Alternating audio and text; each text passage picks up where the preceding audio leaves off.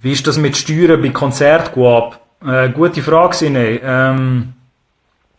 Dort generell müsstet ihr alles, was halt reinkommt, sprich die Einnahmen, wo ihr als Beleg habt, also überall dort müsst ihr sehen, wo es einen Veranstalter gibt und wo auch offizielle Ticketpreise verkauft werden. Also Tickets gibt es halt einen Beleg, wo entsteht oder eine Abrechnung, wo man macht.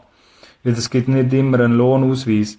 Ja genau, der Lohnausweis dort ist sozusagen wie so deine Abrechnung, die du würdest machen, Sine.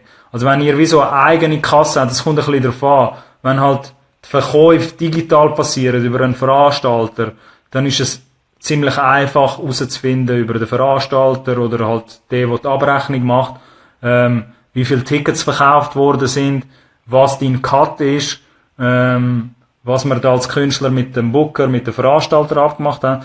Macht man die Kasse selber, dann muss dort am Schluss halt auch eine Abrechnung stattfinden, wo halt, wo man, ja, in so einem Fall vielleicht halt dann auch selber muss machen, weil logischerweise muss man die Einnahmen, dann auch die Steuern halt angeben. Es kommt alles ein bisschen darauf an, wer halt die Kasse macht, beziehungsweise wer die Abrechnung macht.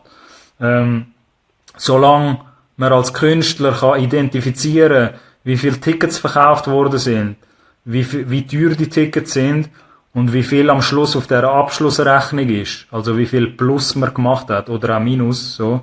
Aber es wird halt entweder ein Minus oder ein Plus dort sein.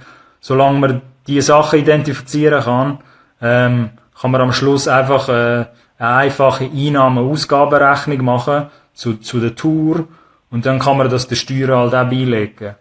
Das Ganze ist aber natürlich ein bisschen einfacher, wenn der Veranstalter halt einfach sagen kann, hey, schau, so viel ist dort abgerechnet worden, das sind die Einnahmen, die wir da bekommen haben, das ist deine Beteiligung und je nachdem, wie man halt das mit dem Booker abgemacht hat oder mit dem Veranstalter, muss halt irgendjemandem der anderen Person eine Rechnung stellen, logischerweise, dass ja eine Transaktion stattfindet.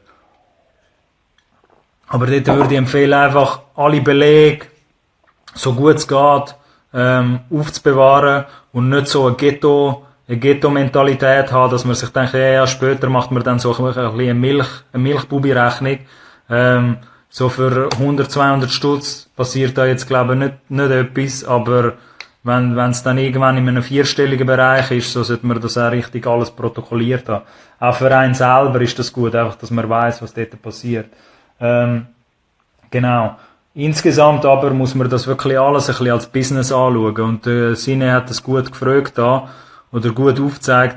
Es ist halt dann auch wie ein Lohnausweis. Man muss das der Steuer abgeben. Darum behandelt das nachher auch entsprechend wie ein Business. Weil dann kann der ganze Live-Bereich natürlich auch eine gute Einnahmequelle sein als Künstler oder Künstlerin.